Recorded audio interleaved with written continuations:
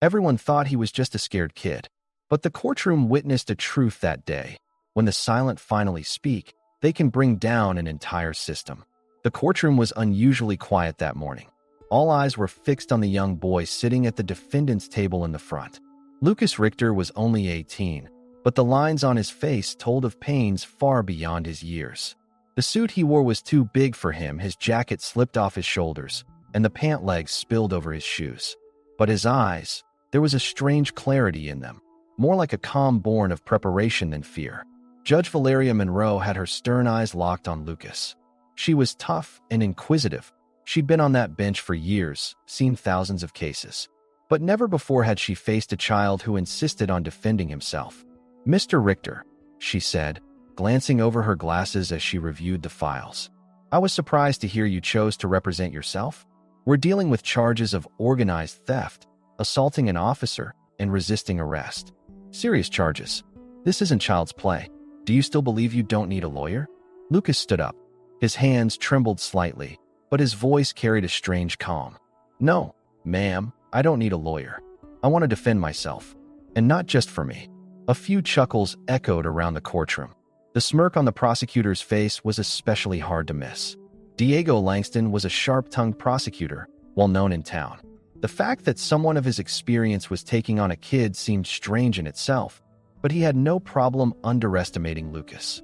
"Your Honor," Diego said, standing up, "the state is ready. Our evidence is solid surveillance footage, eyewitnesses, even car parts found on the suspect. This is a clear-cut case.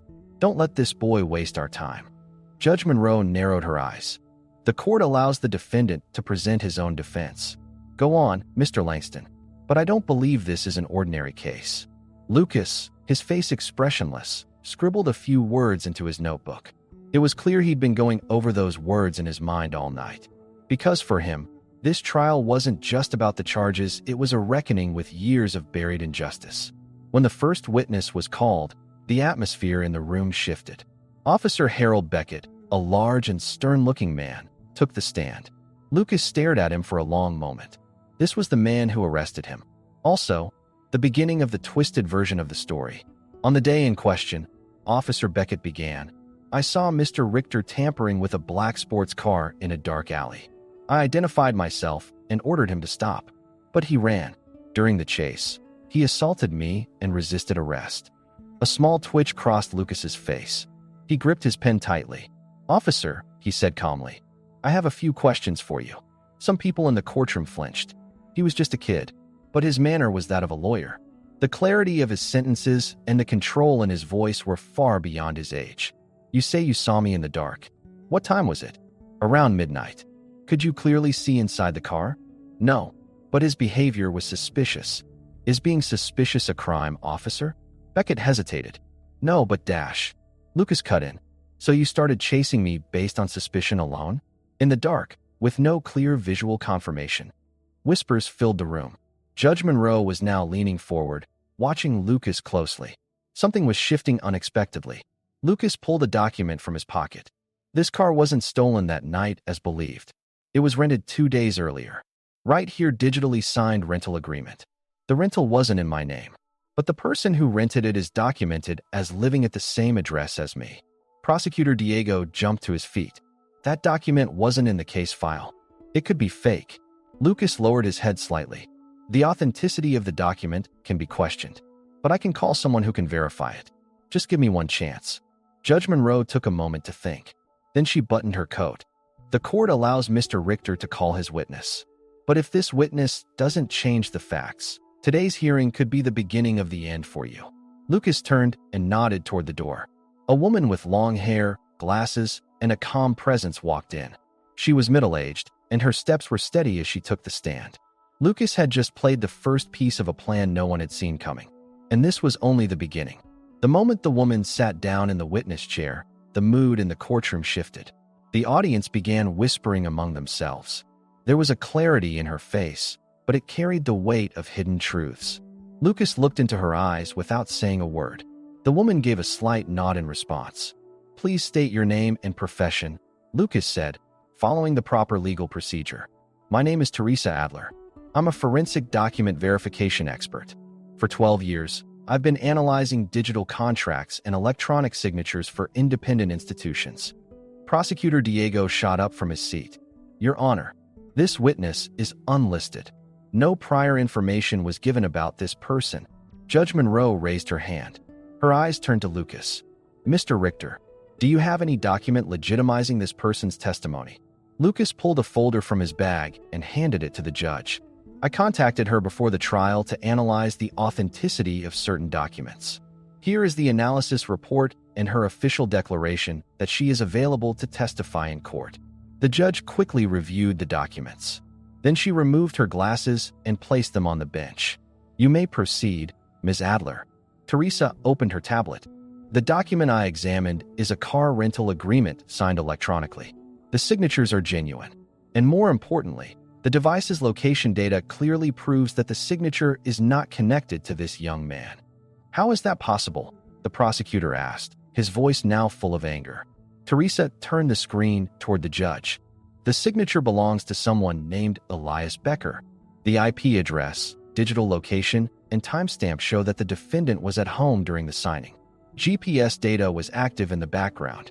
Lucas glanced around the room. Prosecutor Diego was lost for words. Judge Monroe silently took notes. The silence had become the rhythm of tension. Lucas continued, Your Honor, I also have more information that will clarify who Elias Becker is. But first, I want to make this point clear. I didn't steal that car.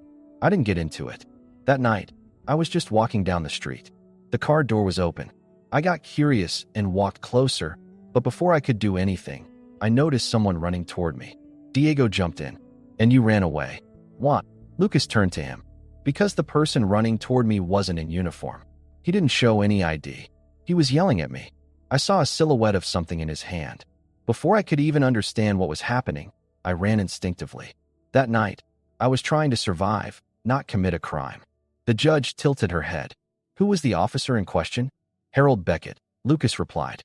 And his actions that night not only crossed the line of duty, they were also violent. I have a witness statement regarding that too. Diego's face was now bright red. Lucas stood up and pulled out a second document from his pocket.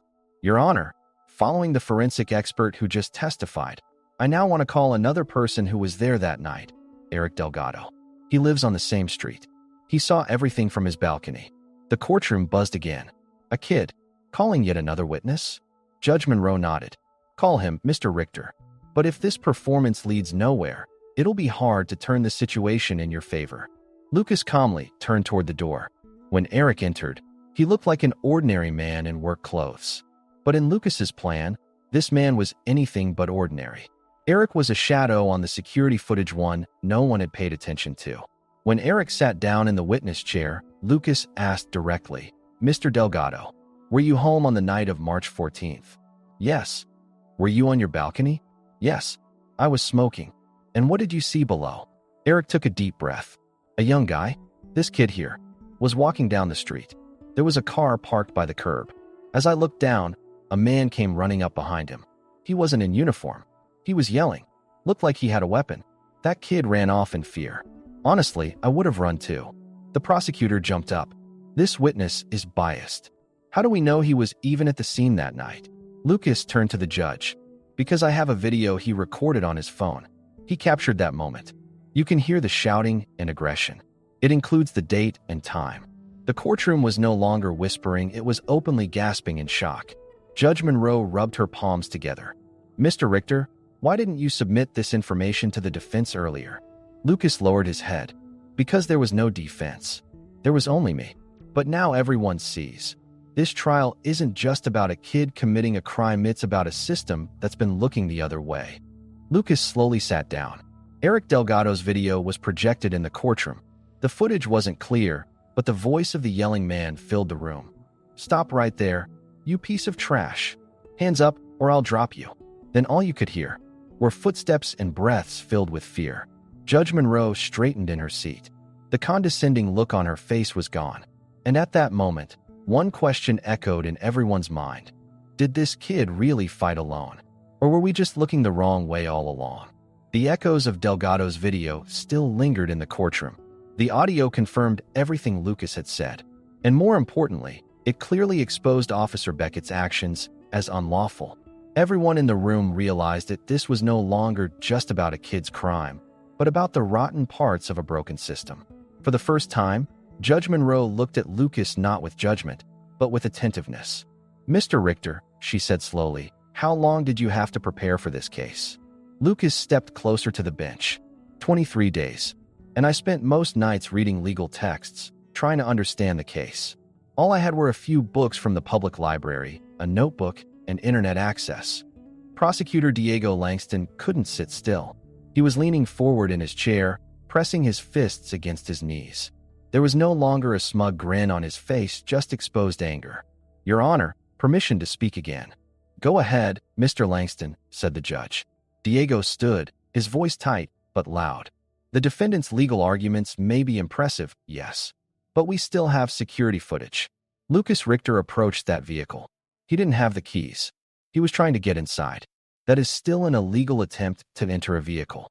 Lucas clasped his hands. "Your Honor, may I respond directly to that?" Judge Monroe nodded. "Go ahead." Lucas took a deep breath. "Let's talk about the security footage." "Yes, it looks like I'm trying to open the car door, but the camera angle is from high up on the street. The footage is blurry and the face is unclear. And now we come to the most important part of my defense."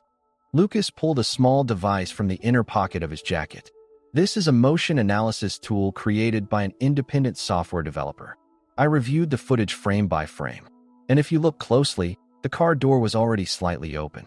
"It looks like I was just pushing it shut." Someone in the audience whispered, almost involuntarily, "This kid's been working like crazy." Lucas continued. "Also, at 11:48 p.m. that night, data from the car's alarm system shows that the door was already logged as open. This data comes from an independent security company, and I would like to call an expert witness who can confirm its authenticity." Diego Langston shouted, "Enough. This circus needs to end. This is a courtroom, not a show." Judge Monroe slammed her hand on the bench. "Mr. Langston, there's no need to yell in my courtroom. Mr. Richter is free to present his witness." Before revealing his final card, Lucas paused. His face was still calm, but now there was a flicker of anger in his eyes. "Your Honor, when this case was first filed, my first attorney was dismissed. The court-appointed attorney only met with me for 2 hours and refused to review the file. That's when I decided to prepare my own defense.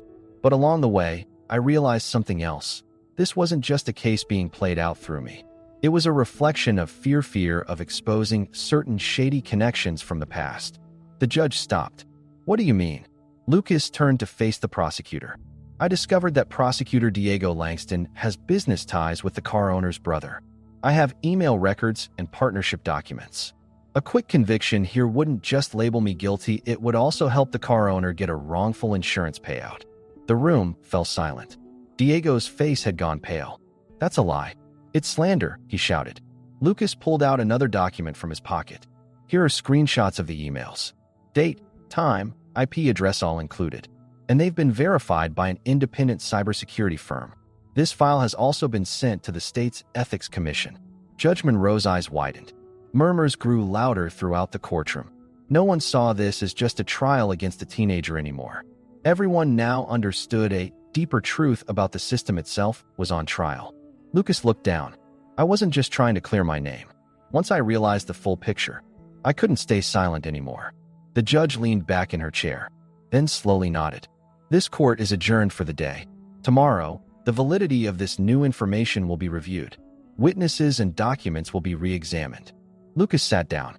For the first time, he took a deep breath. Quietly, he closed his eyes. But everyone in the courtroom knew. Tomorrow, it wouldn't just be a case on trial, it would be the system itself. By the time the courtroom had emptied, it was past 3 in the afternoon. As Lucas packed his bag, he could still feel the prosecutor's angry gaze on the back of his neck. The judge's words "see you tomorrow" kept echoing in his ears, but he wasn't even sure there would be a tomorrow. Because he wasn't just winning a case anymore. He had stepped into the ring against a system. And when systems sense they're about to lose, they rarely stay calm. As he left the courthouse, a man approached him. Black suit, sunglasses. He leaned slightly toward Lucas. "You're too smart for someone your age. But in this town, smart kids don't last long, son." Lucas flinched, but didn't step back. "Is that a threat?" The man smiled.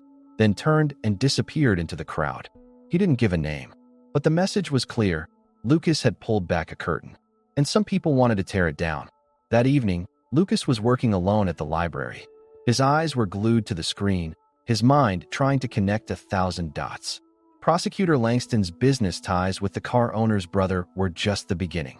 There were other names hidden deep in the file, some from the police department, some from the insurance company, and some were officers who had abused their power. His mother, Clara, knew that what Lucas was going through didn't just happen in the courtroom. That night, as she stood beside his chair in the kitchen, she said, "You might win this fight, but I couldn't bear to lose you." Lucas replied without looking up, "This fight isn't just mine, Mom. This trial is for the ones who stayed silent while the system burned people like me. I'm just one of them." Clara's eyes filled with tears, but she said nothing, because she knew her son wasn't just a boy anymore. He had become the face of a cause. The next morning, before heading to the courthouse, Lucas saw the reporters waiting outside his door. As the questions poured out, he simply said, "I'm here for the truth," and kept walking. But the pavement beneath his feet felt different now, because that night, someone had left him a message at home. A small note: "Drop the case, or it won't be the court that judges you, it'll be us." Lucas hadn't told anyone. He didn't want to be afraid. But a person can't know courage without walking through fear first. When he stepped into the courtroom, the atmosphere was completely different from the day before. Now, every eye was on him. Spectators, reporters, legal professionals. All of them wanted to see what this kid would do next. Judge Monroe opened the session. Her voice was firmer today. "The documents from yesterday have been verified. IP logs, signature analyses, and witness statements have all been confirmed by independent sources. This court is taking the defense's submissions seriously." Prosecutor Diego had switched to a different strategy. "Your Honor," he said, "if the defendant is going to wage war against the system with all these claims, then we must show how the system sees him. This boy doesn't have a clean record. He received a disciplinary penalty in high school. His family situation is unstable. No father. His mother is a low-income cleaner. This kid grew up on the street." Lucas stood up. "Your Honor, if guilt is distributed based on income, then we can't call this system justice. Yes, I received a disciplinary punishment because I defended a teacher I accused of lying to the principal. I was expelled, but that teacher was later dismissed from his position." Someone in the audience shouted, "Bravo!" Judge Monroe slammed the bench. "Order in the court." Lucas continued, "If being poor is a crime, then everyone's guilty. But I'm not here asking for privilege, I am asking for justice." Judge Monroe paused. Then she frowned. "Mr. Langston, this court is here to discuss evidence, not the defendant's socioeconomic background. Don't derail the issue." Lucas swallowed hard for a moment, then regained himself. "Your Honor, despite the threats from those who want this case shut down, I'm here. And I have more documents. One of them shows the car owner filed an insurance claim the night the car was supposedly stolen before a police report was even made. And the signature shows the claimant was out of town that night." The courtroom froze again. Lucas pulled out the document. The person who filed the claim is Prosecutor Langston's own nephew. And yes, the system tried to bury it. But I didn't stay silent. The judge stood up now. "Mr. Richter, these are serious allegations. Are these documents reliable?" Lucas didn't hesitate. "Yes, and if needed, I'll make every document available for independent audit. Because I'm no longer speaking just for myself, I am speaking for the hundreds of kids whose voices never make it past that courtroom door." No one in the courtroom moved anymore. All eyes were on a single boy, but in his voice echoed a revolution. Judge Monroe removed her glasses and placed them on the bench. "This court will adjourn until tomorrow morning. Today, it wasn't a witness that was questioned, it was our conscience." Lucas stood up, but this time he wasn't alone. Someone in the audience stood. Then another. Then the whole courtroom rose silently and applauded him. Lucas bowed his head, because he was no longer just a defendant. He had become a symbol. When Lucas entered the courthouse the next morning, he was no longer alone. The press, students, legal volunteers, even a retired judge had come to see him. As he walked silently, his mother Clara approached from behind and placed a hand on his shoulder. "If you lose today, it won't be your judges who win, it'll be the ones who tried to silence you." Lucas didn't turn his head. "I've already won, Mom," he said, "because now they know they can't silence me." When he stepped into the courtroom, Judge Monroe was already seated. Her expression was tense but neutral. Prosecutor Langston, for the first time, had to take a deep breath before stepping up to the bench. Today would be the final arguments, and Lucas was ready to play his cards carefully. When the judge gave him the floor, Lucas stood. "Your Honor, over the past few days I've presented evidence to you and the jury. Witness testimonies, documents, video footage, and written records. Today, I will present one last document.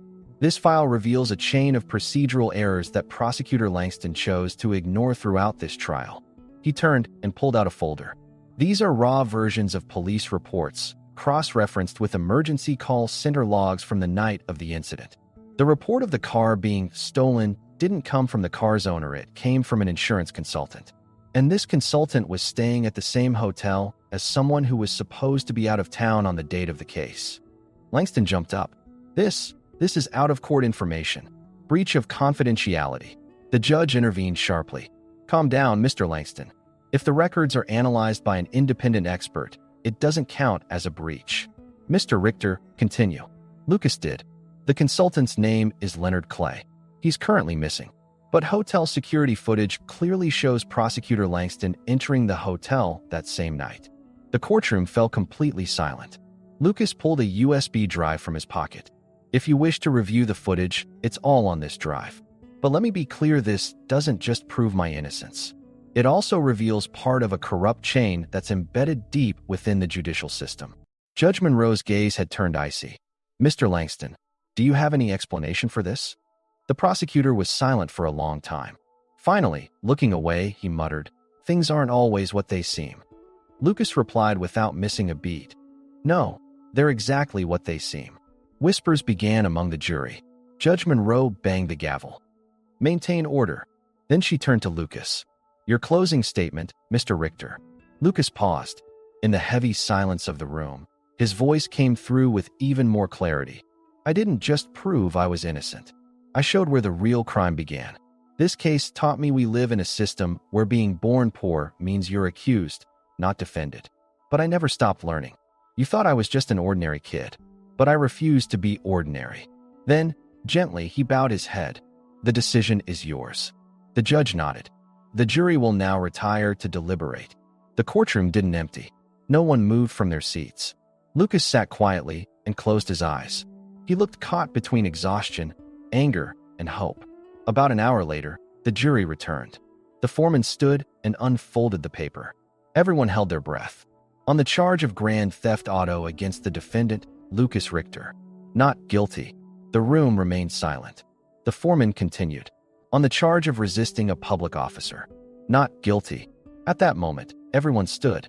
No one cheered. No one shouted. There was only silent respect. Lucas couldn't hold back his tears, but he stood tall. This wasn't just freedom, it was the first time justice had stood beside him. Judge Monroe spoke slowly. "Mr. Richter, I respect you, both legally and personally. If you ever apply to law school, I will write your recommendation myself." Lucas smiled for the first time, but the real weight of the moment wasn't in the words. It was in the eyes of the children who stood in his path as he left the courtroom. One of them whispered, "We don't have to stay quiet anymore." When Lucas stepped out of the courthouse, he paused for a moment, stunned by the size of the crowd waiting for him.